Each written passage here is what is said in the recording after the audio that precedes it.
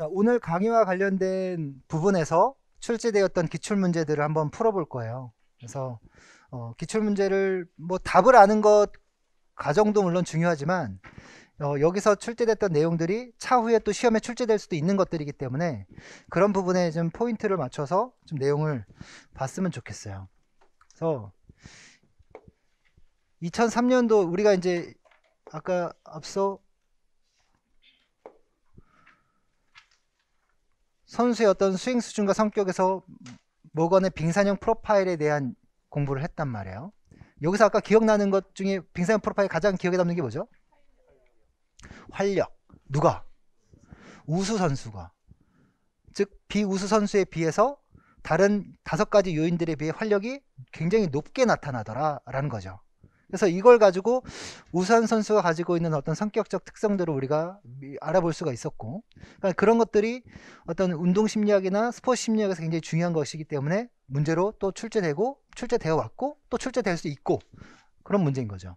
그래서 2003년에 문제가 나왔던 게 이거예요. 문제 읽어보면 박교사는 적절하게 처방된 1회 운동이, 그러니까 적절하게 처방된 건 어떻게 적절하게 처방된 거예요? 아까 피트를 얘기했잖아요. 그러니까 학생들의 체력 수준에 맞게 운동 강도가 설정된 거죠. 그러니까 트레이닝의 원리로 얘기한다면 뭘까요, 이거는? 개별성의 원리가 되겠네요. 그죠? 예. 그러니까 개별성의 원리에 맞춰서 고려하여 처방됐어요. 1회 운동이 기분 상태를 개선한대요. 1회 운동이. 앞서 1회 운동이 기분 상태를 개선하는데 운동은 활력을 주는 활동이었었잖아요. 근데 아까 불안이 상태 불안도 있었고 특성 불안도 있었어요. 그렇죠? 근데 특성 불안인 이 불안은 어떤 것이었죠? 성격적 측면이에요. 그래서 쉽게 안 바뀌어요. 그러면 1회 운동이 기분 상태를 개선할 수 있었다라고 얘기한다면 우리 불안과 관련된 정서라면 이 불안을 낮춰줄 수도 있지 않나 라는 얘기예요. 반대로 얘기하면 기분을 좀 더 긍정적으로 변화시킬 수 있다라는 거죠. 그래서 운동심리학에서는 1회 운동이 그 사람의 상태 불안 수준을 바꿀 수 있다라고 얘기를 하죠. 그 다음에 그래서 정신적으로 건강한 상태에 이르게 한다. 그러니까 이건 지금 어떤 문제일까요? 스포츠 심리학 관련될까요? 운동 심리학 관련된 걸까요? 그렇죠. 운동 심리학 관련된 거예요. 그래서 운동을 통해 정신적인 부분에 긍정적 효과를 이루고자 하는 거죠. 학생들이 직접 이 상태를 경험할 수 있도록 낮은 강도로 30분 달리기 운동 했어요. 왜 낮은 강도로 했을까요?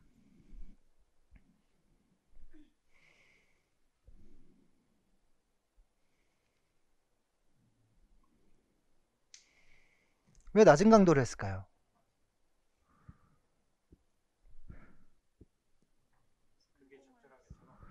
그게 적절하게 처방된 운동 강도인 거예요? 그렇죠. 그럴 수 있는데 아이들이 아직 어떤 상태인지 몰라요. 그래서 그 아이들에게 뭐를 주려고 한 걸까요? 그렇죠. 성공 경험을 주려고 한 거예요. 그 성공 경험이 차츰차츰 이제 달라지겠죠. 그럼 변화가 생길 거예요. 오래 달리기 참가 경험이 부족한 학생들이래요. 여기 딱 나왔네요. 아까 능력 수준이 부족하면 주어진 상황에 대한 스트레스가 커지죠. 근데 이 능력 수준이 점차 높아지면 뭐 자신감이 높아지겠지만 이 능력은 갑작스럽게 변하는 게 아니니까 선생님이 뭘 가지고 조절해 줘야 돼요? 난이도를 가지고 조절해 줘야 돼요. 여러분 수업 시연 하실 때 무조건 해야 되는 게 뭐예요? 무조건 해야 되는 게 수준별 수업이에요. 네, 무조건. 그래서 성공적으로 운동을 할 수 있다는 자기 확신이 부족해 보여서 박 교사는 망설이게 되었다. 그러니까 참가 경험이 부족해서 자신의 수준도 낮고 성공적으로 수행할 가능성이 낮아지니까 걱정이니 선생님은 어떻게 해주면 돼요? 성공적으로 할 수 있도록 변화를 줘야 되는 거죠. 그러면 자 반두라가 자기 효능감을 증대시킬 필요성이 있다는 것을 깨달았고 주장한 자기 효능감에 영향을 미치는 4가지 요인, 어떻게 하면 성공 경험을 줄 수 있을까요? 뭐 답은 성공 경험은 이거는 쉬운 거니까 어떻게 하면 성공 경험을 줄 수 있을까요? 경험이 부족한 애들한테 더 적은 시간, 완주를 목표로 하자. 뭐 천천히 걸어도 돼. 오래 달리기잖아요. 지금 뭐라 그래요? 팝스에서. 셔틀런 달리기? 오래 걷기 달리기. 예, 예, 그러면 되죠. 그럼 걷기를 하는 아이도 있고 달리는 아이들도 있고. 그렇죠? 그다음에 그렇게 해주면 완주를 목표로 하는데 시간은 구애받지 마. 열심히 완주를 목표로 하자라고 할 수도 있을 거예요. 그러니까 난이도를 좀 낮춰주면 성공감이 있겠죠. 또 이 대리적 경험에서 중요한 건 누구의 성공감이 나의 성공을 하는 것에 있어서 중요한 영향을 미칠까요? 비슷한 수준. 근데 기출문제에서는 이렇게 얘기해요. 아주 잘하는 사람이 시범 보일 수 있도록. 근데 잘하는 애는 나보다 기능이 뛰어난 아이니까 괴리감이 생기죠. 그래서 나랑 비슷한 아이, 그냥 동료 학생 정도로 생각하죠. 언어적 비언어 칭찬. 아까 이거 하면 뭐가 생긴다 그랬어요? 유능감 생기죠? 네, 유능감 생기니까 뭔가 지금 나는 부족해서 못할 것 같은데 할 수 있을 것이라는 어떤 믿음이 생기게 되겠죠. 생리적 정서적 각성. 오래 달리기 해보면 어때요? 처음에 초반부에 뭐가 생겨요? 달리기 초반부에. 자, 운동을 시작하면 안정상태에 있을 때에는 내가 내 신체에서 요구하는 산소량과 내가 실제로 신체에 공급할 수 있는 산소량이 일정해요. 근데 운동을 시작하면 갑작스럽게 그 운동 강도에 필요로 하는 산소량만큼 산소가 내 신체에 공급되지 않아요. 그렇죠. 산소 결핍이 생겨요. 그럼 결핍됐다라는 건 그 운동을 하는데 필요한 산소가 충분하지 않으니 그 부족한 양의 산소는 운동을 할 수가 없는 거잖아요. 다른 운동을 해야 되는 거죠. 다른 대사적인 운동을. 그래서 무산소 운동을 해야 되는 거예요. 그럼 무산소 운동을 하게 되면 뭐가 생겨요? 젖산이 생겨요. 수소이온이 많아져요. 수소이온이 많아지면 신체적인 부담을 줘요. 근수축에도 부담을 주고 에너지 대사에도 부담을 줘요. 또는 근육의 통증도 유발해요. 그러니까 이건 젖산 때문이 아니라 수소이온 때문이에요. 그래서 이런 현상들이 발생되는데 거기서 느끼는 생리적 정서적 어떤 느낌이 있을 거 아니에요. 근데 여기 이거를 극복하고 나면 뭐가 와요? 산소의 요구와 산소의 공급이 일치되는 현상이 나타나요. 우리가 심리학을 하다가 생리학을 하고 있죠. 왜냐하면 연결되는 부분이니까. 그래서 이게 수요와 공급이 일치되면 편안해져요. 편안해지면 그때 뭐가 와요? 러너스 하이가 오는 거죠. 우리는 그 생리학에선 항정 상태라고 얘기하고 또 다른 표현으로 산소 결핍은 사점, 데드 포인트로 얘기하고 항정 상태는 새로운 안정, 세컨드 윈드로 얘기한단 말이에요. 그러니까 이런 게 다 시험 문제로 나올 만한 것들이죠.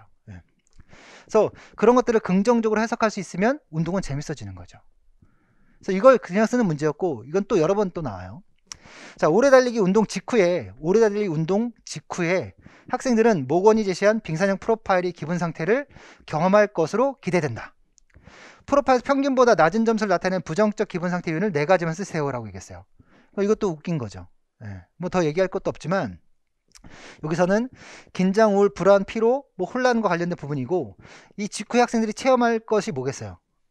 어떤 기분? 활력이죠. 자, 여기서 중요한 건 오래 달리기가 이 아이들에게 오버 트레이닝인 거예요? 아니면 적절한 수준인 거예요? 적절한 수준인 거예요? 오버 트레이닝인 거예요?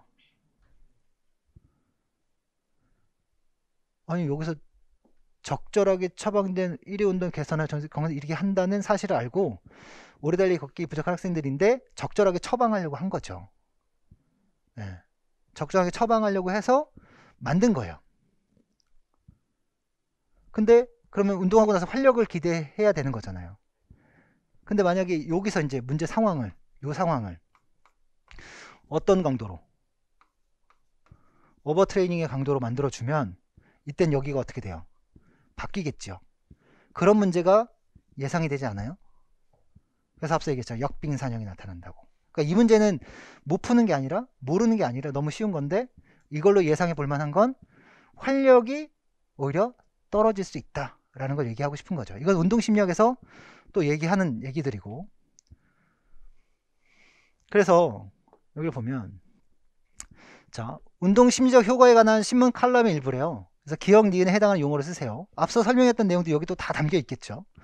일반적으로 운동심리적 효과를 불안이나 감소나 우울증 완화를 이야기한다. 또 여기 뭐에 대한 얘기예요? 우리 교재에는 이 내용이 없거든요. 왜냐면 이거 운동심리학에 넣어놨는데 모건의 빙상 프로파일 나오니까 여기서 한번 언급하려고 다시 끌어당긴 거예요.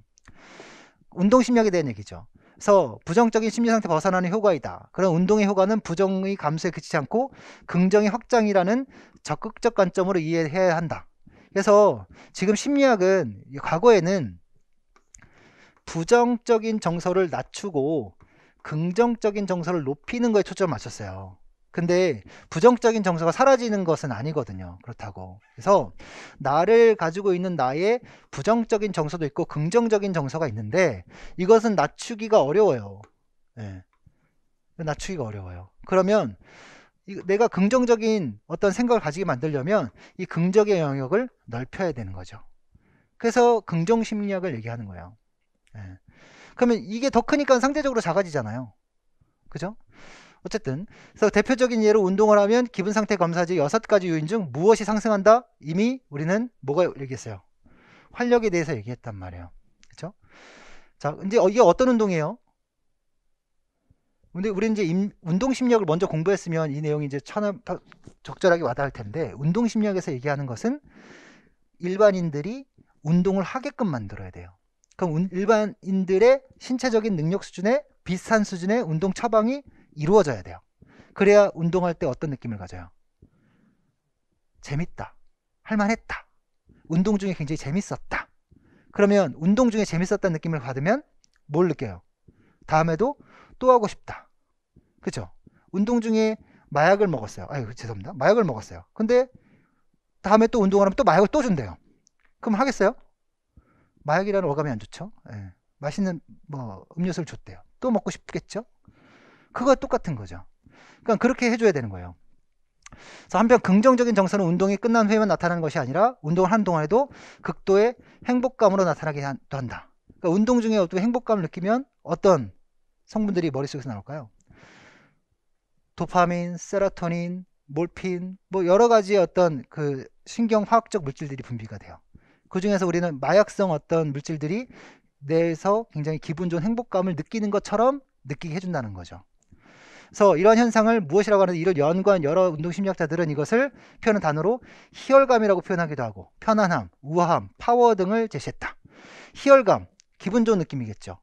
가만히 있어도 뭔가 되는 것처럼 굉장히 자기가 우아해지는 것처럼 이런 느낌이 온다는 거예요. 꼭 술에 취하거나 마약에 취했을 때 느끼는 감정처럼. 예. 그래서 그런 느낌을 계속 받고 싶으니까 자결성 이론의 자극 체험 내적 동기가 거의 극단에 있는 거고 자결성이 가장 높은 것이 되는 거죠. 그래서 이런 것들을 칙센트 미하이 교수는 뭐라고 얘기했냐면 몰입이라고 얘기했어요. 그래서 몰입이라고 얘기한 이 문제가 몰입의 8채널 모형으로 또 나오기도 했던 거고요. 그래서 그런 행복감을 뭐라고 표현한다? 런너스 하이라고 표현해요. 그럼 이걸 가지고 이거 런너스 하이라고 어떻게 짐작할 수 있어요? 어떻게 런너스 하이라고 어떻게 짐작할 수 있어요?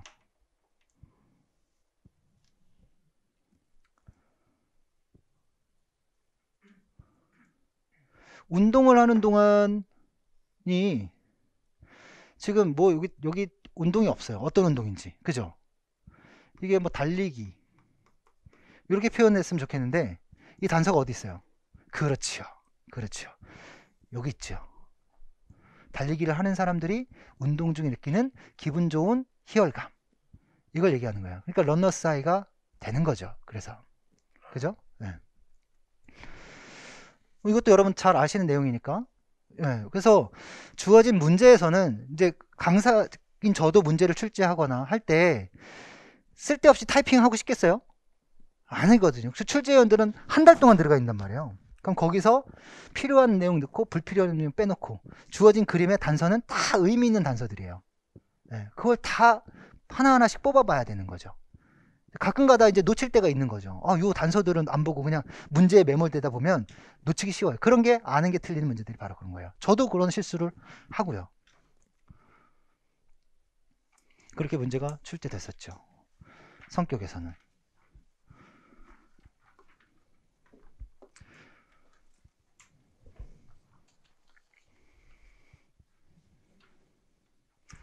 동기와 관련돼서 문제가 굉장히 많이 나왔죠. 심리학에서도 모티베이션, 동기는 굉장히 중요한 얘기였으니까. 특히 인지평가 이론에서 문제가 굉장히 많이 나왔었어요. 앞서 인지평가 이론 어떻게 해석했죠? 인지평가 이론은 뭐다?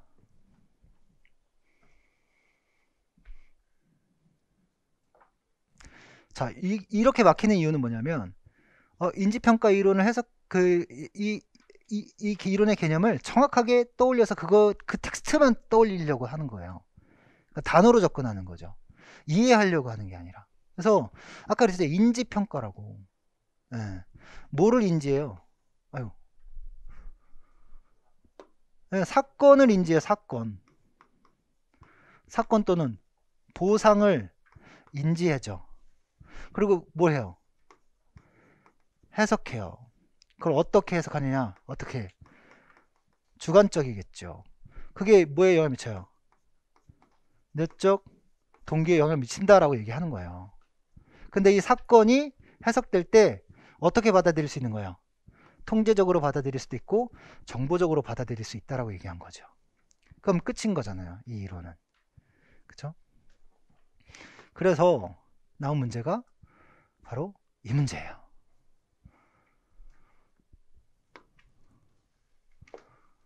보면 대시와 라이언의 인지평가 이론에 나타난 것이다. 가 라를 설명하는 적합한 상황을 보기 위해서 바로 고른 것은, 자, 어떤 사건에 대해서 내가 주관적으로 해석했어요. 통제적으로도 느껴질 수 있고 정보적으로 느껴질 수도 있어요.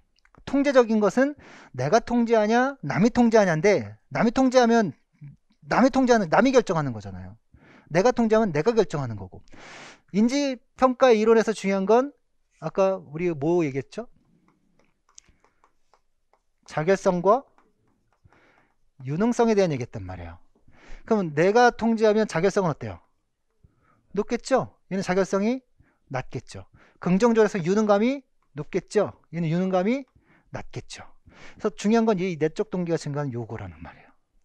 그래서 통제적인 거는 내가 통제해야 되고, 정보는 긍정적 정보로 다가. 너 잘했다. 너가 선택해서 열심히 했더니 너 참 잘하더라 라고 얘기한다면 자결성도 높고 유능감도 높지요.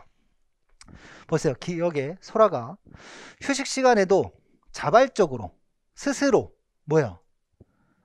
자결성이죠. 네, 새로 배운 테니스 발리 기술을 습득했다. 새로 배운. 네. 그러면 얘는 어떨까요? 어떤 자발적으로 했기 때문에 내적 동기가 굉장히 높으면서 했겠죠. 그럼 무슨 내적 동기일까요?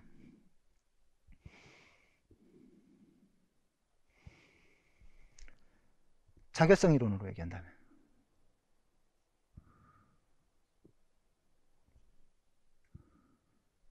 약간 애매한 표현이긴 한데, 새로 배운 테니스라고 얘기하면 지식 획득 내적 동기예요. 그렇죠?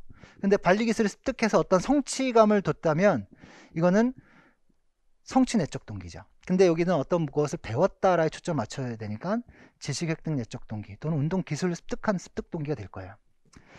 그러니까 여기는 뭐 자결성이죠. 홍길동 선수는 요즘 이유 없이 힘이 빠져. 이유 없이요. 원인이 없어요. 원인 없이 힘이 빠져요. 뭐예요? 무기력한 거잖아요.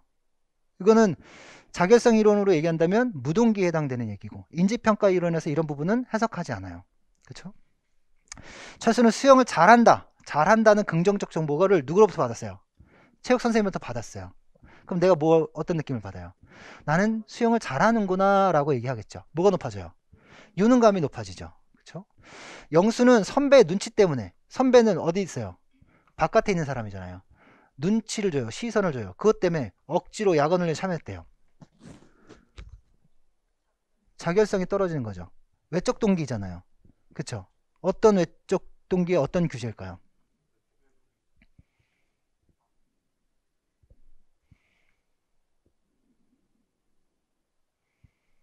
외적 규제, 내적 규제, 확인 규제 중에서 내적 규제? 내 안에서 생기는 불쾌한 감정을 없애려고 한 거예요? 아니, 선배 때문에 한 거죠. 저 사람 때문에. 네, 외적 규제인 거예요. 네, 저 사람 때문에 한 거죠. 김영희 선수는 실업팀에 입단하고 싶었지만 실력 부족으로 실패. 되게 좀 해석하기가 좀 애매한데, 실업팀에 입단하고 싶었대요. 근데 실력이 부족했대요.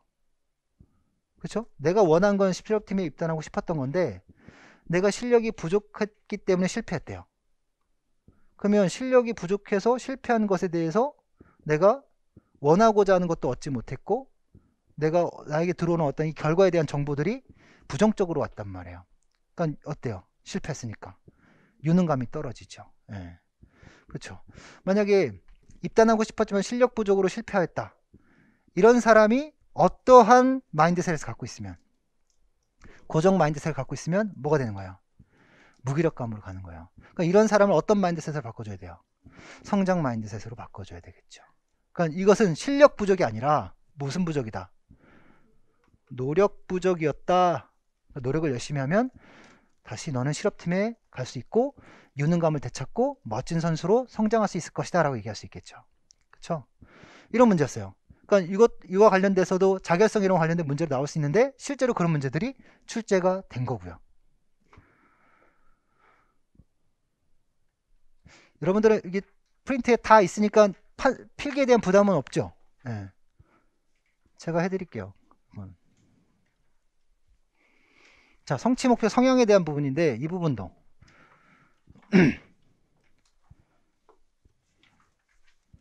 요거 먼저 볼까요? 요 문제 먼저 보고 이렇게 다시 되돌아서 볼게요.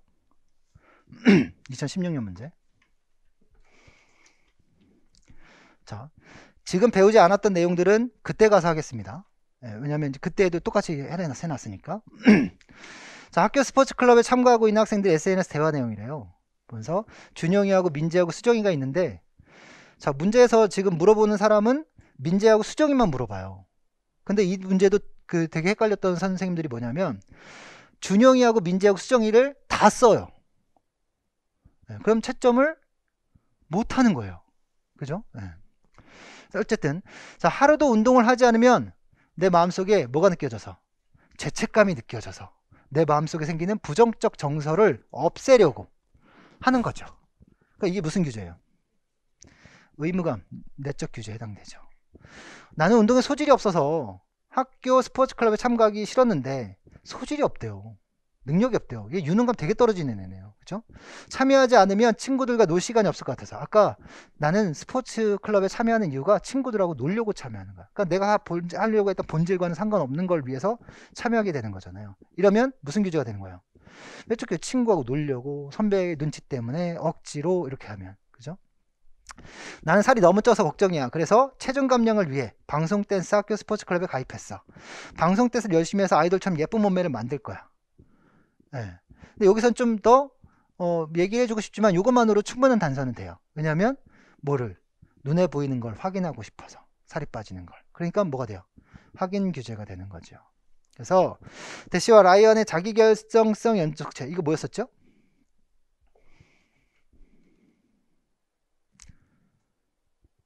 자기결정성 연속체. 자결성이 낮은 부분부터 자결성이 높은 부분까지 연속선 사이에서 무슨 동기? 외적 동기에서 내적 동기로 다양하게 나타난다 라는 거죠.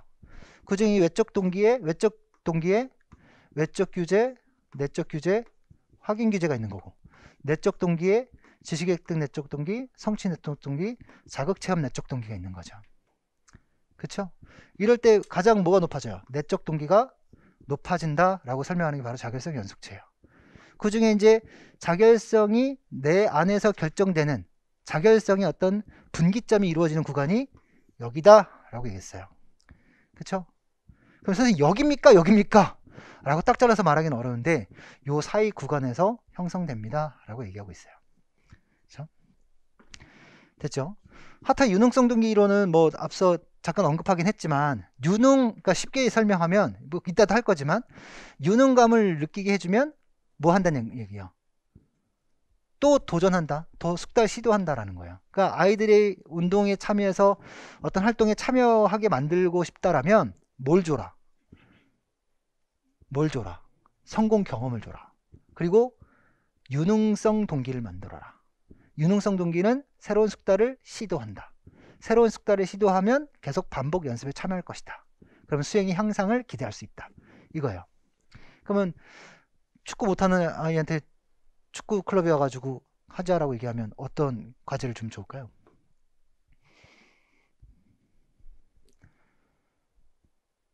뭐 코너 그지? 뭐 그 승부차기를 한다면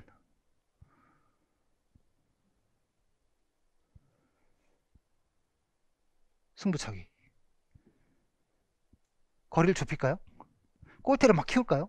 그래도 골대를 많이 키우는 건 힘들 것 같고 거리를 좀 가깝게 해주고 그렇죠? 그래서 골을 넣을 수 있게 해주고 공이 좀 아이한테 딱딱하다면 좀 더 가볍게 해주고 여러 가지 방법을 찾아주는 거죠.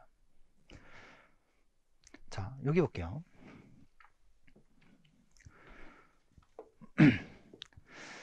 자, 임교사와 함께 즐거운 체육 수업 후기 작성하기. 오늘 농구 수업에 대한 후기를 쓰도록 합시다. 답글 형태로 자신이 느꼈던 점을 자유롭게 작성하면 됩니다. 라고 했어요. 응사비가 항상 나보다 더 기능이 떨어졌던 소령이가 골을 넣었다. 항상 나보다 더 기능이 떨어졌던 소령이가 이게 무슨 아예요? 나보다 떨어지는 얘. 예, 무슨 성향이에요? 자기 성향이죠. 예, 자기 성향이에요. 그래서 이제 오늘 경기에는 내가 우리 반 꼴찌인가? 라는 기분이 들어 속상했다. 그렇죠? 상대적으로 비교해서 농구를 그다지 좋아하지 않지만 다음 경기에서 나도 소령이처럼 꼭 득점을 하고 싶다라고 얘기하고 있어요. 농구는 별로 중요하지 않은데 골을 넣어서 내가 뭔가 하고 있다는 걸 느끼고 싶은 거예요. 그러니까 이러면 얘는 무슨 규제가 될까요?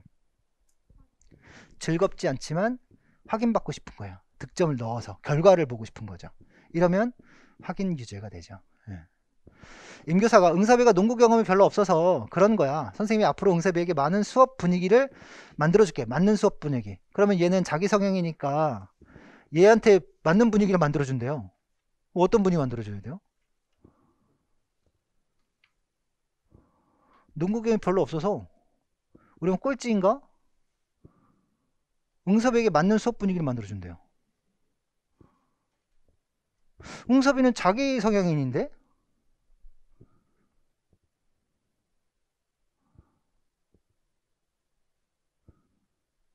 그렇지 않아요? 그러면 무슨 분위기를 만들어줘야 돼요?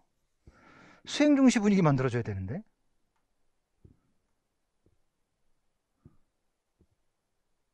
근데 그런 의미는 아닌 거죠. 네, 그런 의미 아니고 얘가 수행 중시 분위기의 어떤 그 자기 성향인의 아이 갖고 있지만 얘가 과제에 관여할 수 있도록 과제 관여에 대한 그쪽으로 이끌어주면 되죠. 그래서 아이가 어떤 성향으로 바뀔 수 있도록 과제 성향으로 바뀔 수 있도록 숙달 중시 분위기를 만들어주는 게 좋겠죠. 그럴 때 필요한 게 뭐야? 바로 타겟 전략이 되겠죠. 소연이가 공은 던질 때마다 엉뚱한 방으로 날아가 버렸다. 통제가 안 되네요. 아마도 농구 기능 연습에 대한 노력이 많이 부족했던 것 같다. 노력 부족에 돌리고 있어요. 결과에 대한 걸 원인을 노력 부족에 돌리고 있어요. 그러니까 얘는 뭐 할 가능성이 높아져요? 변화될 가능성이 높아져요. 어떠한 마인드를 갖고 있어요? 성장의 마인드를 갖고 있겠네요. 비록 오늘 같은 날도 있지만 나는 농구 경기 중 몸에서 흘러내리는 땀과 경기 중 흘러내리는 땀, 아까 자신감, 자기 효능과 관련해서 이 느낌, 생리적, 정서적 변화에 대한 느낌을 어떻게 긍정적으로 해석하면 얘는 자기 효능감이 높아지겠죠. 심장 박동의 느낌이 좋기 때문에 계속해서 친구들과 농구 경기를 하고 싶다. 그러니까 이게 지금 자극시험 내적 동기고 반도라 자기 효능감 이론을 얘기한다면 그냥 마지막 생리적 정서적 각성에 대한 느낌인 거예요. 그렇죠? 얘는 지금 다른 사람과 비교하고 있어요? 그냥 나 자신과 비교하고 있어요? 나 자신이죠. 무슨 성향이에요? 과제 성향이죠. 임교사가 수업 시간에 배웠던 손목의 방향을 기억하며 연습을 해보렴. 손목의 방향을 기억하면서 선생님이 피드백을 줬어요. 그러니까 어디 몇 개를 넣어라, 뭐 얼마만큼에 들어와라 라는 어떤 결과값을 제시하는 게 아니라 손목의 느낌, 과정, 수행을 초점을 두고 있거든요. 그러니까 이런 것은 뭐야? 수행 결과 지식이라 우리가 운동 학습에서 이제 배우게 되겠죠. 그다음 채원이가 슛을 할 때마다 림 근처에도 가지 못하고 공이 바닥으로 떨어졌다. 또 실패감이네요. 나는 공도 멀리 못 던지고 점프도 잘 안 된다. 그리고 오래 달리는 것은 잘하는데 점프는 왜 잘 안 될까? 도대체 어떻게 하는 걸까? 실력이 점점 떨어지는 것 같아 너무 실망스럽다. 지금 이 상태에서 농구가 너무 싫지만 골을 꼭 넣고 싶어서 농구 연습을 해야 할 것 같다. 재밌네요. 지금 거의 뭐 어디로 갔어요? 거의 학습된 무기력으로 갔어요. 무기력으로 갔지만 무기력으로 가지 않고 얘한테는 무슨 마인드가 있는 거예요? 성장의 마인드가 있는 거예요. 그러니까 얘는 결과에 대한 원인을 뭐에 돌려요? 노력 부족에 돌린 거죠. 그러니까 얘는 무기력감에 안 빠지는 거예요. 만약에 여기서 중간에 멈췄다면 무기력감에 빠졌을 거예요. 통제 불가능 상황이 계속 반복됐을 거고. 그러니까 어떤 성향이 있는 거예요? 지금 부족했던 나보다 변화시키고 싶은 거니까 과제 목표 성향이 되겠죠. 그렇죠? 그 다음에 자 여기서 보면 농구 연습을 해야 할 것 같다. 농구에 골을 꼭 넣고 싶다. 요게 했어요. 그러니까 자결성 이론을 얘기한다면 성취, 내적 동기가 되겠죠. 그죠? 임교사가 슛이 짧은 이유는 여러 가지가 있는데 무릎 반동을 이용하는 것도 좋을 것 같네. 그리고 선생님이 보기에 채원이는 전체적으로 힘이 부족한 것 같으니까 팔에 근력을 기르면 슛을 하는데 도움이 될 것 같아. 이거 역시도 수행 지식이죠. 그래서 이제 운동 역학적으로 얘기한다면 지면 발력을 이용해서 공을 던질 수 있도록 해봐 라고 얘기할 거예요. 그러니까 아이들이 농구 슛을 할 때 던지면 다 팔을 이렇게 쏘거나 뒤에서 이렇게 던지거나 이렇게 하겠죠. 무릎의 반동을 이용해서 던지는 걸 쉽게 하지 못하는 경우도 상당히 많아요. 그러니까 이런 어떤 뭐가 나오겠어요? 역학에서 얘기하면 운동량 전이가 나오겠죠. 그러니까 이런 것들이 되게 문제를 많이 나올 수 있는 거고요. 그 다음에 슛을 할 때마다 쏙쏙 골로 이어졌다. 굉장한 성공감을 느꼈겠네요. 다른 친구들에 비해, 여기 핵심이에요. 다른 친구들에 비해 연습도 제대로 안 했는데 훨씬 잘하는 걸 보면, 얘 성취 동기 모델로 얘기하면 어떤 애예요? 성취 동기가 좀 낮은 애예요. 이런 애들은. 그래서 보통 성공 성취 동기보다 실패 비율가 크고 또 그런 창피함을 벗어나기 위해서 오히려 너무 쉬운 과제나 너무 어려운 과제를 택할 가능성이 높은 애예요. 근데 뭐 이것만 보고 다 판단하기는 어렵고 일단 요것만 보면 그렇다는 거예요. 역시 난 농구 천재인가 보다. 그러네요. 사실 농구 실력이 떨어지는 친구들이랑 경기하는 것은 그다지 흥미롭지 않다. 그렇지만 팀의 일원으로서 나는 그냥 경기에 참여하려고 한다. 팀의 일원으로서. 뭐예요? 팀원으로서의 뭐가 있는 거예요? 의무, 책무가 있는 거죠. 그러니까 무슨 규제예요? 의무감 때문에 한 거죠. 의무감 규제가 되는 거예요. 다음 정강이가 나는 우리 팀에서 유일하게 3점슛을 성공시켰다. 유일하게 성공시켰대요. 이미 뭐예요? 자기만 돋보이는 거잖아요. 다른 애들보다 비교해서. 친구들보다 더 잘하는 기술이 있다는 것은 너무나도 기쁘다. 특히 3점슛 성공시킨 학생에게는 무조건 체육관 기구 정리를 면제해준다는 오늘의 포상 때문에 평소보다 더 열심히 뛰었던 것 같다 라고 했어요. 자, 이 과제 성향인의 아이인데 얘 지금 무슨 규제로 지금 하고 있어요?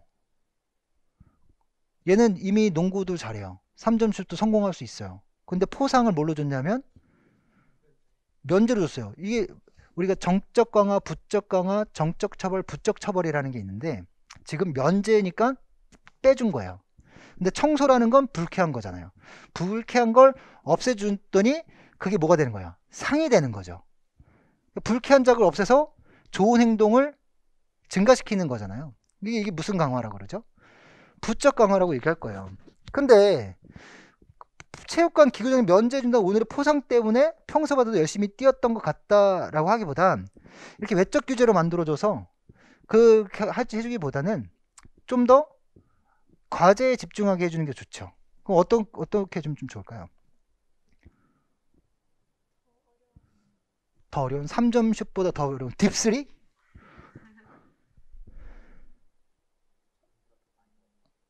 이전에 뭐 성공률보다 더 높은 성공률에 도전하는 거, 뭐 10개 중에 뭐 3개를 넣었다면 4개, 5개 성공률이 높아질 거예요. 거기에 보상을 주는 거. 그런 것들이 훨씬 더 좋을 수도 있겠네요. 그죠? 그래서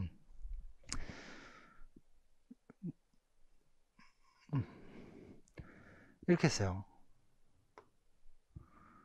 보니까 자, 응섭이와 동일한 목표 성향을 갖고 있는 학생들을 찾아 니콜이 성취 목표 성향을 근거하여 설명하시오. 또한 대시와 라이언의 자결성 이론과 자결성 연속체의 개념을 기술하고 임교사가 응섭이와 동일한 목표 성향을 갖고 있는 학생들이 자결성을 높여 적극적인 수업 참여를 유도할 수 있는 방안을 자결성 연속체의 내적 동기 3가지 유형에 근거하여 설명하시오라고 했어요. 응섭이의 목표 성향은 자기 목표 성향이었잖아요. 그러니까 비슷한 성향을 가지고 있는 아이가 바로 뭐예요? 금영이하고 정강이었었어요. 그쵸? 예. 그래서 그 다음에 대신에 자결성 이론과 관련해서 자결성 연습의 개념 앞서도 얘기했던 것처럼 자결성의 연속선 안에서 예. 한쪽 끝은 자결성이 굉장히 낮은 부분이죠. 한쪽 끝은 굉장히 자결성이 높은 부분이에요. 그래서 자결성이 높은 쪽으로 갈수록 즉 무동기에서 외적 동기, 내적 동기로 갈수록 뭐는 높아진다? 자결성이 높아진다.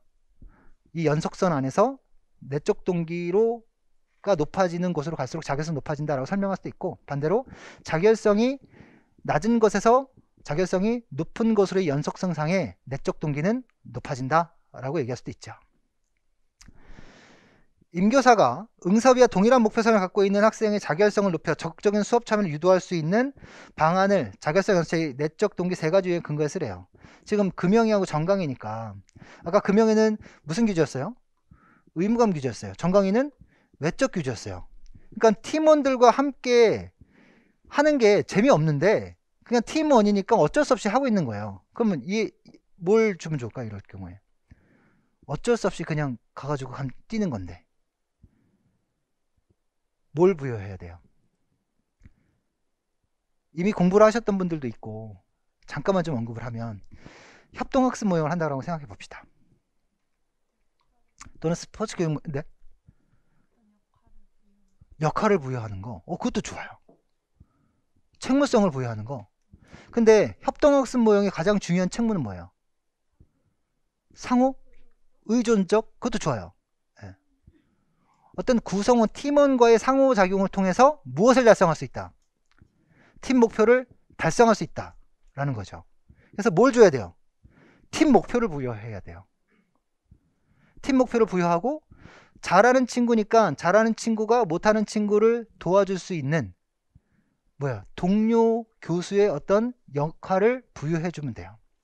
올해 시험 문제잖아요. 뭐 해주면 돼요? 개인 교수자의 역할을 해줄 필요가 있죠. 개인 교사 역할을. 그렇죠? 정강이 3점 슛 아까 하니까 청소 면제해 줬어요. 그거보다는 우리가 이제 좀 더 내적 동기를 높이는 부분이니까 더 높은 성취를 이뤄내기 위해서 그래서 성공률을 가지고 변화시켜줘도 좋죠. 그럼 내적 동기는 훨씬 더 높아지게 되겠죠. 그래서 외적 동기에 있는 아이들을 내적 동기로 만들어 주려면 가장 좋은 건 즐거움을 체험할 수 있게 만들어 줘야 돼요. 하지만 즐거움을 체험할 수 없다면 무엇인가 새롭게 배우고 무엇인가 새롭게 성취하고 무엇인가 함께 나 혼자 성취하든 개인적으로 성취하든 팀원들이 서로 협력해서 성취하든 이런 성취감을 만들어주면 내적 동기는 높아지게 되죠. 그런 과정에서 얻는 즐거움이라고 얘기한다면 가장 자결성이 높은 극단으로 가게 될 거예요.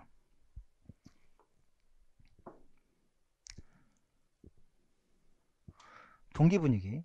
아까 동기 분위기 뭐였었죠? 동기 분위기는 동기가 결정되는 건 개인의 성향에 의해서 결정되기도 하지만 환경적 구조가 어떠는가에 따라서도 동기가 결정된다. 그래서 자기 성향인과 어떤 비슷한 어떤 환경적 구조가 바로 수행 중시 분위기고 과제 성향인의 어떤 특징과 비슷한 환경이 바로 숙달 중시 분위기였었죠. 그래서 그런 수행 중시 분위기보다는 숙달 중시 분위기를 만들어 줬을 때 학생들의 목표 성향을 과제 성향인으로 만들어 줄 수 있는 전략이 바로 타겟 전략이었고 그래서 문제로 이렇게 출제가 됐어요. 그래서 가는 교육실 실생의 수업을 관찰하고 작성한 동기 분위기 체크리스트다. 동기 분위기 체크리스트. 그러니까 어떤 분위기인지 나는 심리기술 향상 계획표 일부다. 작성법에 따라 순서대로 서술을 하래요. 동기 분위기 체크리스트. 노력과 협동을 중시한다. 의사결정에 학생의 의견이 반영된다. 노력과 향상도를 강조한다. 라고 얘기한다면 이건 뭐 더 얘기할 것도 없이 무슨 분위기예요? 네, 숙달 중시 분위기죠. 그러면 숙달 중시 분위기가 나왔는데 동기 분위기 체크리스트가 나중에 시험 문제가 나오면 뭐가 나와야 돼요? 수행 중시 분위기가 나와야 돼요. 이런 분위기에서 아이들이 어떤 자기 성향인의 모습이 나타나게 되니까 이때는 숙달 중시 분위기로 바꿔줘서 학생들이 성향을 바꾸려고 노력을 해야 되겠죠. 아까 무슨 얘기했어요? 목표 관여에 대한 얘기했단 말이에요. 그렇죠? 자, 심리기술 향상 계획표에 높이뛰기에서 학생의 자신감과 불안 조절력 향상. 자, 목적은 높이뛰기에서 학생이 자신감을 높이고 불안 조절력을 향상시킨대요. 자신감 높여주려면 어떻게 해야 돼요?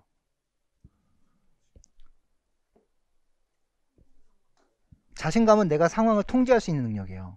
그러니까 이 상황을 통제할 수 있으면 내가 성공에 대한 확신이 있어야 돼요. 그럼 과제가 수준이 어때야 돼요? 낮아야 되겠죠. 근데 무작정 낮아요? 아니죠. 50%의 성공 확률. 조금 노력하면. 그런 과제 줘야 돼요. 불안 조절 능력, 불안 조절력 향상. 불안하겠죠?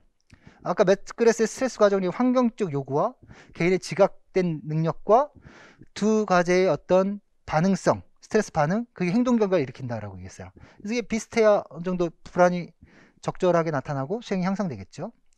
적용만 매주 수업마다 10분씩 심리기술 훈련을 하고 빈도는 주 3회를 하고 교육, 습득, 연습 단계를 거친대요. 이거 시험 문제 나왔던 거죠. 뒤집어서. 교육, 연습, 습득으로 아마 나왔던 것 같아요. 자신감 향상에 동작을 상상할 때 느낌을 생생하게 살리기. 자, 동작을 상상할 때래요. 근데 느낌을 생생하게 살린대요. 상상한다는 건 뭐예요? 머릿속으로 이미지를 그린다는 거예요. 뭐 한다는 거죠? 심상을 한다는 거예요. 느낌이니까 1인칭이에요? 3인칭이에요? 나의 느낌이죠. 1인칭이에요. 그래서 내적 심상이죠. 우리는 아직 심상 공부 안 했지만 내가 스스로 하는 거예요. 생생하게 살리기. 생생하게, 선명하게. 그러니까 동작, 감각적인 어떤 그 운동 감각을 생생하게 떠올리는 것은 굉장히 선명하게 떠올릴 수 있는 거죠. 그러니까 이런 것들을 잘하면 수행이 잘 돼요. 그게 심리, 생리, 정보 처리 이론이에요.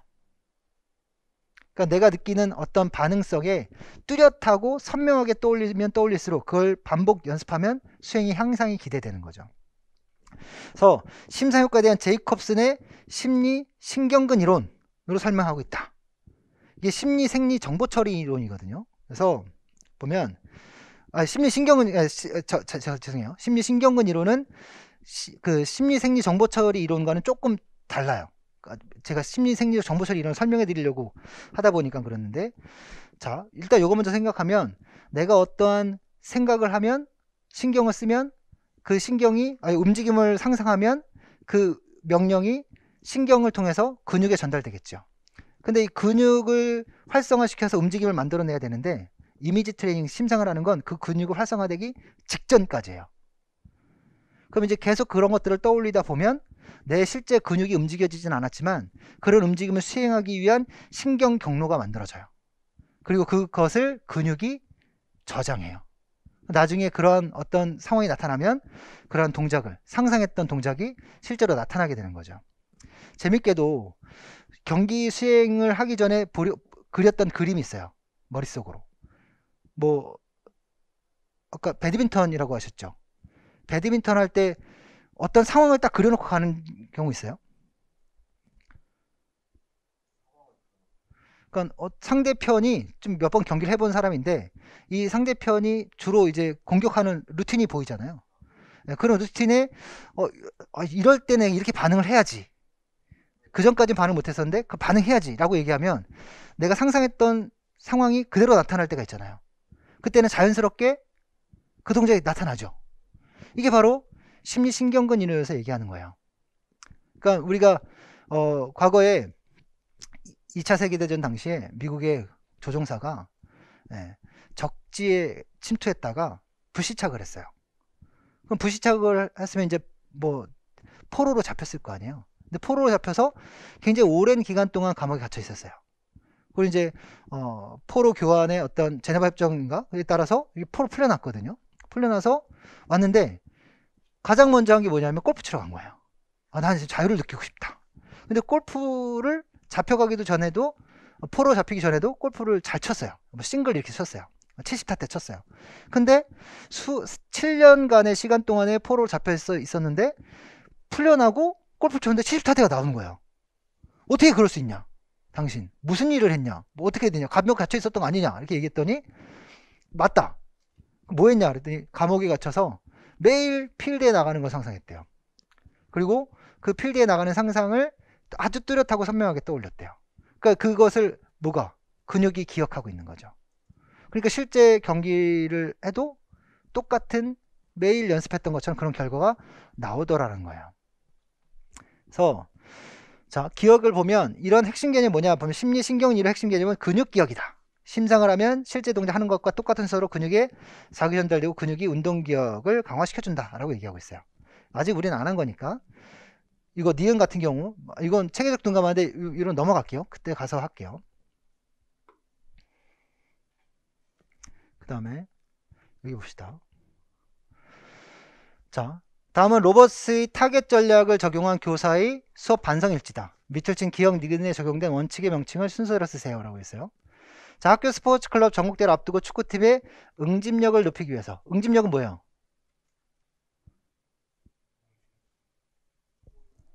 팀이 모이려고 하는 힘이죠. 그쵸? 어떨 때 모여요? 어떨 때 모여요? 목표 같을 때? 그쵸? 과제가 같을 때. 과제 목표 같을 때. 또 사회적 관계를 형성하고 싶을 때. 이때 이제 과제 응집과 사회적 응집이 나타나는데 주로 응집이 많이 나타나는 건 주로 좋은 결과를 만들어낼 때 응집은 더 강화돼요. 그렇다고 무조건 다 그런 건 아니지만 성공적인 팀의 결과가 팀의 응집력을 강화시키는 건 사실이죠. 근데 응집력이 강하다고 좋은 결과가 나타나나요? 그 전후를 바꿔봅시다. 원인은 응집력이고 결과는 성공이에요. 그럴 수도 있고 그렇지 않을 수도 있죠. 그런데 성공은 응집력을 높인다. 이건 맞죠.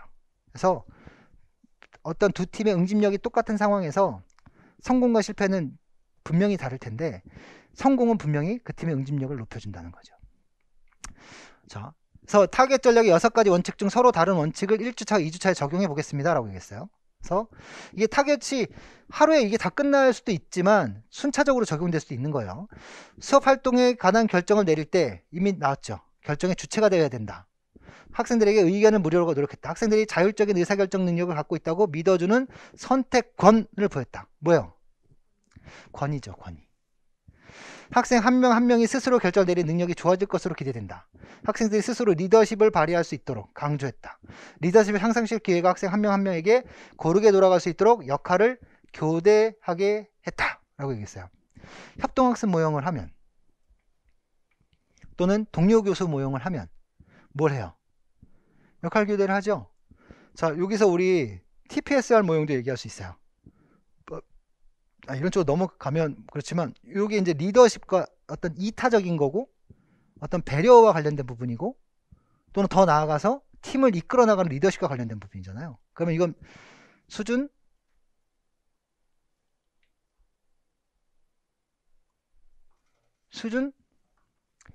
자, 단지 역할 교대만 하면 수준 4단계인데 뭐에 대한 역할이에요? 팀을 이끌어가는 리더십에 대한 역할이에요. 수준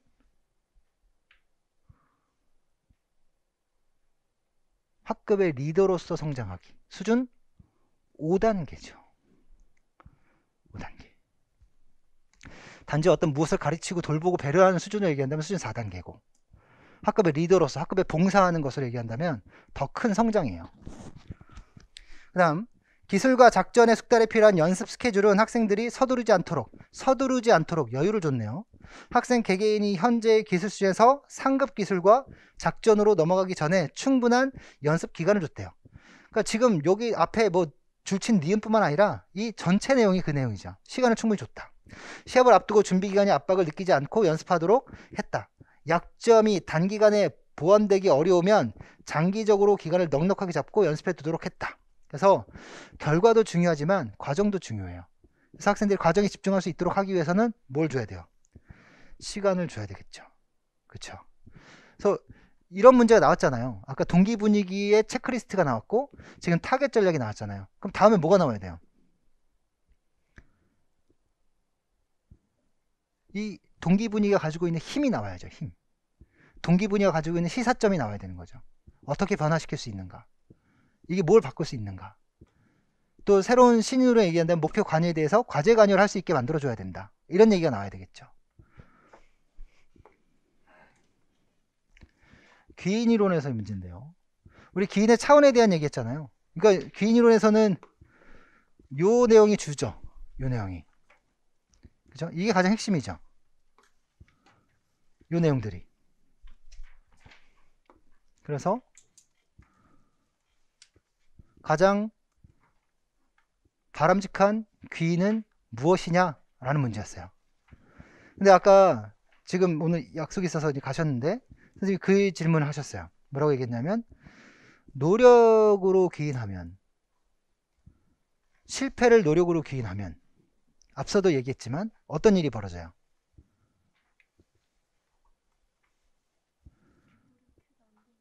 아, 맞아요. 노력해도 안 되는구나. 네, 노력해도 안 되는구나. 그러니까 우리가 일상에서, 현장에서 얘기해요. 현장에서 노력해서 실패한 아이가 노력으로 귀인해. 근데 노력을 열심히 했는데 또 실패해. 노력을 열심히 했는데 또 실패해. 그럼 너가 노력이 더 부족했기 때문이야 라고 얘기할 수도 있지만, 나는 최선을 다해서 노력했는데도 불구하고 실패할 수도 있는 거잖아요. 이렇게 되면 이 아이는 더 큰 자신감의 손실을 입어요. 더 큰 무기력이 오고 완전히 이제 멘탈이 나갈 수도 있죠. 그러니까 이거는 어디에서 얘기해요? 귀인 이론에서의 어떤 결과예요. 그러니까 여기에서 해석하시는 게 좋죠. 그래서 자, 시합에 졌을 때 나타나는 심리 반응과 관련된 설명으로 가나에 들어갈 단어 적절한 것은, 시합에 졌을 때, 패배했을 때 무엇과 같이 통제 가능하고,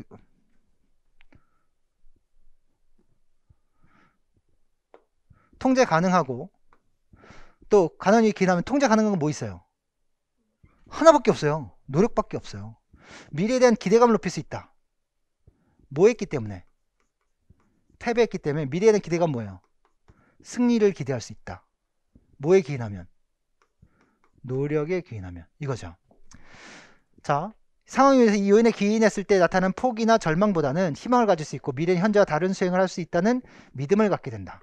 그쵸? 미래는 현재와 다른 수행을 할 수 있다는 믿음을 갖게 된다. 저 이런 것도 되게 좋은 것 같아요. 만약에 이렇게 기인하면 뭘 기대할 수 있냐?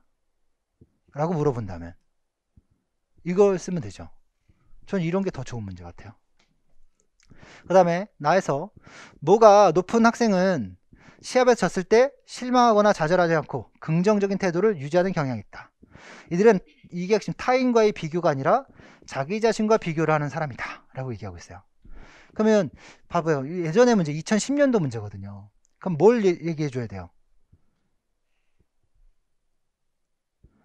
어떤 성취 목표 성향 이론에 대한 부분들을 얘기하거나 그런 어떤 근거를 제시해주고 문제를 내야 되는데 그냥 딱 이렇게 냈단 말이에요. 자기 자신에 대한 비교다. 그러면 이제 우리는 다 알겠죠. 근데 문제가 어떤 문제였어요? 객관식 문제였으니까 그렇게 될 수 있는 거예요. 그래서 문제에선 어떤 성향이네? 과제 성향인이에요? 자기 성향인이에요? 과제 성향인이죠? 우린 자꾸 헷갈려요. 과제 성향인은 타인과 비교하고, 자기 성향인은 자기 자신과 비교하고, 이렇게 헷갈린단 말이에요. 괜히 말했나 봐. 자기 성향인은 타인과 비교하고, 과제 성향인은 자기 자신과의 비교죠. 자, 요거는 너무 나올 것 같죠? 예, 이건 귀인의 편향. 학습된 무기력도, 이건 너무 중요해요. 근데 무기력이 이미 나왔죠. 이렇게. 그래서 보면, 자, 다음 중학교 2학년 이모모의 심리 상태를 나타낸 것인데, 와이너의 귀인율에 근거하여 체육교사의 지도 방법을 온 것은, 이 모모는 친구들과 운동을 잘하지 못하는 것 항상 자신의 무엇 때문이다? 능력 부족 탓을 돌린다. 통제 가능해요, 불가능해요? 불가능하죠. 결국 이 몸은 체육 수업에 소극적으로 참여하게 되고 운동에 대한 학습된 무기력 상태가 되었다. 통제 불가능에 대한 요인으로 돌렸기 때문에 통제감을 상실한 거예요. 그러면 뭐로 돌려야 돼요? 통제 가능한 요인으로 돌려야죠. 그쵸? 그러면 자, 통제 가능한 요인, 통제 불가능한 요인은 안 돼요. 이것 때문에 무기력감이 생긴 거니까. 그럼 통제 가능한 요인 중에 능력이 기인할 수 있도록, 근데 능력은 통제가 불가능해요. 따라서 통제 가능한 노력에 기인할 수 있도록 해줘야 되죠. 자, 문제. 통제 가능한 요인에 기인하게 될 경우에 얘가 생각하는 반응, 얘가 변화될 정서. 그렇죠. 그렇죠. 금방 했잖아요. 네. 기억 안 나죠?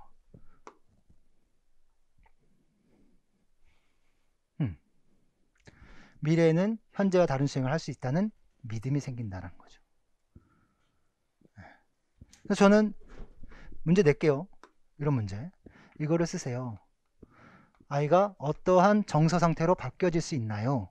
절망감에 빠져 있는 이 아이가 그러한 귀인을 하게 했을 때, 지도자가 귀인했을 때 어떻게 바뀔 수 있나요?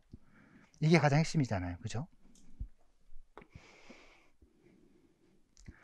기출문제는 이 안에서 단서가 다 있어요. 그러니까 그런 것들을 우리가 내 걸로 만들어야 되겠죠. 자, 2017년 문제인데 전국체육대회 참가에 개인 최고 성적을 거둔, 개인의 최고 성적을 거뒀대요. 그러니까 굉장히 어떤 과제 성향의 모습으로 막 그 자긍심을 느끼고 그럴 만한 아이가 될 수 있을 것 같아요. 사격선 명진이와 담당 교사와 대화를 나눈 거래요. 와인의 기인을 근거해서 며칠 전 기억 니은의 유형을 세 가지 차원으로 각각 쓰래요. 명진아, 전국체전 정말 잘했어. 첫 메달 딴 거 축하해. 고맙습니다. 칭찬했죠. 유능감이 들었을 거예요. 그죠? 내가 참가했던 대회 기록 중에서 가장 좋은 기록이었지 라고 했어요. 어떤 분위기로 피드백을 제공하고 있는 거예요?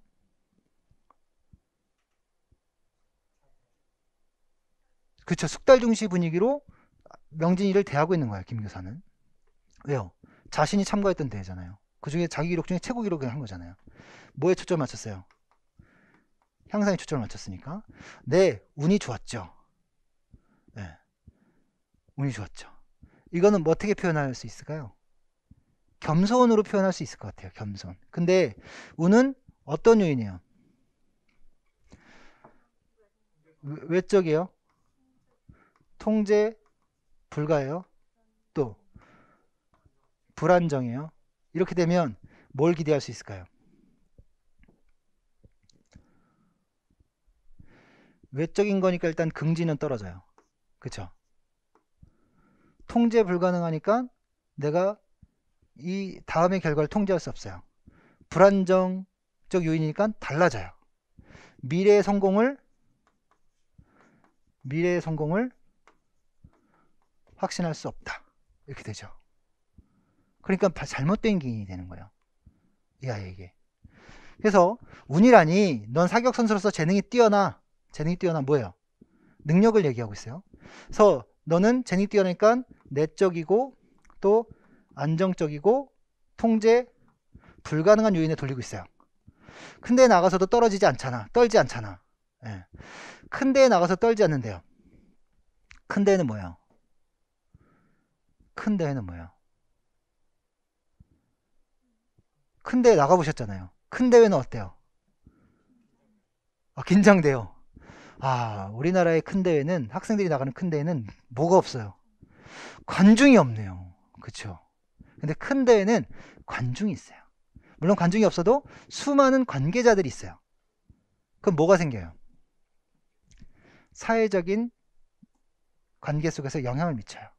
관중이 있으면 관중 효과가 나타날 거고, 옆에 같이 뛰는 사람이 있으면 공행 효과가 나타나요. 우리가 관중은 나를 바라봐주는 사람이죠. 나랑 아무런 관계가 없지만 바라봐주는 사람. 공행자는 나와 함께 뛰는 사람. 우리나라 청소년들, 육상 선수들 트랙에서 뛰면 트랙 라인이 몇 개 있어요? 8개 정도 있나요? 8개 있나요? 근데 트랙에 두 팀, 세 팀 뛰어요. 뭐 개주를 하거나 그러면. 그러니까 그만큼 선수의 폭이 적은 거예요. 저변학대도 육상에 대한 가장 기초적인 종목인데도 저변학대가 안 돼 있고. 어쨌든 그만큼 부족해요. 우리 인프라가. 근데 거기서 큰 데에 나갔어요. 떨지 않는다는 얘기는 얘가 어떤 선수라는 거예요? 시합형의 선수라는 얘기예요. 그러니까 아까 욕구 이론으로 얘기한다면, 추동 이론으로 얘기한다면 실력이 뛰어나잖아요. 그러니까 이 어떤 사격이라는 것에 대해서 아주 높은 수준으로 습관화되어 있는 거야. 그러니까 떨지 않죠. 무슨 반응이 나타나요? 아주 우세한 반응이 나타나요. 그래서 이런 것들 때문에 선수를 선발할 때도 얘가 연습형 선수인가 시합형 선수인가 따져봐요.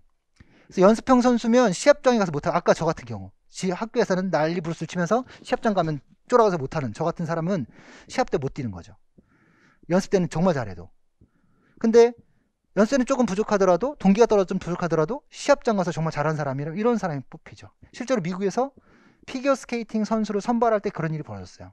선발전에 탈락했는데 선발된 선수 하나는 세계적인 대회 경험이 없는 선수예요. 그래서 이 선수랑 세계적인 대회에서 메달 딴 선수하고 교체를 했어요. 근데 메달 땄어야 되잖아요. 메달 못 땄어요. 그래서 문제가 됐었죠. 어쨌든 그렇습니다. 그냥 평소에 연습하던 대로 했는데 운이 따랐던 것 같아요. 계속 이렇게 얘기하고 있네요. 김 교사가 이번 대회는 준비도 많이 했잖아. 연습 때 집중도 많이 했고 무엇보다 내가 평소에 흘린 땀의 결과라고 생각해 라고 했어요. 김 교사가 바람직한 귀인을 해준 거잖아요. 그쵸? 근데 평소에 흘린 땀이라는 게 굉장히 은유적인 표현인데 이걸 어떻게 해석할 수 있을까요? 노력? 단지 노력에만 기인했다라면 내적이고 불안정적이고 통제가 가능한 부분이었을 거란 말이에요. 그러면 미래에 대한 내적이고 불안정적이고 통제가 가능한 부분이면 일단 이 불안정적인 요인 때문에 미래에 대한 성공에 대한 확신에 대한 기대가 적어질 수밖에 없어요. 그러니까 통제가 어떤 요인? 가능한 요인인데 그거를 어느 요인으로? 안정적인 요인으로 해줘야 되겠죠. 그래서 평소에 흘린 땀은 평소에도 꾸준하게 연습에 참여해서 나타난 결과다라고 얘기해야 되죠. 그럼 무슨 노력이에요? 일관된 노력이죠. 일관된 노력에 나타나는 게 뭐예요? 내적, 안정적, 통제 가능한 요인이 돼야 되죠. 명진이가 그렇긴 했지만 평소 잘하던 다른 학교 선수들이 이번 대회에서는 부진했어요 라고 얘기하면 이건 뭐예요? 난이도죠. 그렇죠. 난이도가 낮았기 때문에 외적이고 안정적이고 통제가 불가능한 요인이에요. 그렇죠? 명진아, 성공이나 실패의 원인을 어떻게 설명하는가는 정말 중요하다. 이번 메달은 우연히 딴 게 아니라 내가 노력해서 얻은 거야. 근데 단지 이걸 노력이라고 얘기하면 저는 그래요. 이거를 이런 은유적 표현을 통해서 일관된 노력이다라는 어떤 표현을 좀 더 해줬으면 좋았을 것 같아요. 근데 그냥 노력이다라고 얘기한다면 우리는 귀인의 차원에서 내적 불안정적 통제 가능으로 해야 되는 거거든요. 저는 이 문제는 좀 조심스러워요. 네.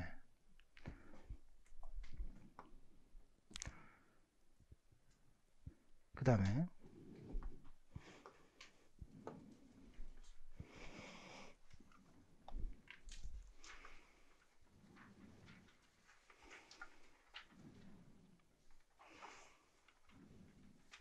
다 했네요. 오늘 나간 데까지는. 네. 그래서 이렇게 뭐 그 수업에 이루어지는 그 관련된 기출문제를 형성평가의 개념으로 풀어보고 여러분들은 거기서 지금 우리는 여러 가지 얘기를 다 꺼내 봤잖아요. 그러니까 이것 말고도 지금 이제 수업하다 보면 끌어내 보지만 또 보다 보면 또 새로운 내용들이 또 있어요. 그러니까 그런 내용들을 또 서로 얘기해 보고 또 이런 문제들에 대한 여러분들 또 다른 생각들을 가지고 있을 수 있잖아요. 그러니까 이런 것들을 공유해서 여러분들이 한 단계 더 어떤 사고의 폭을 넓힐 수 있는 시간을 가져보면 문제를 접근할 때, 문제를 받아들일 때 보다 큰 사고에서 받아들이고 또는 이런 것들을 한번 자신의 사고의 과정을 통해서 한번 다시 정리해 보면 그런 것들이 머리에 더 오래 기억에 남게 되죠. 그러면서 더 성장하게 될 거예요.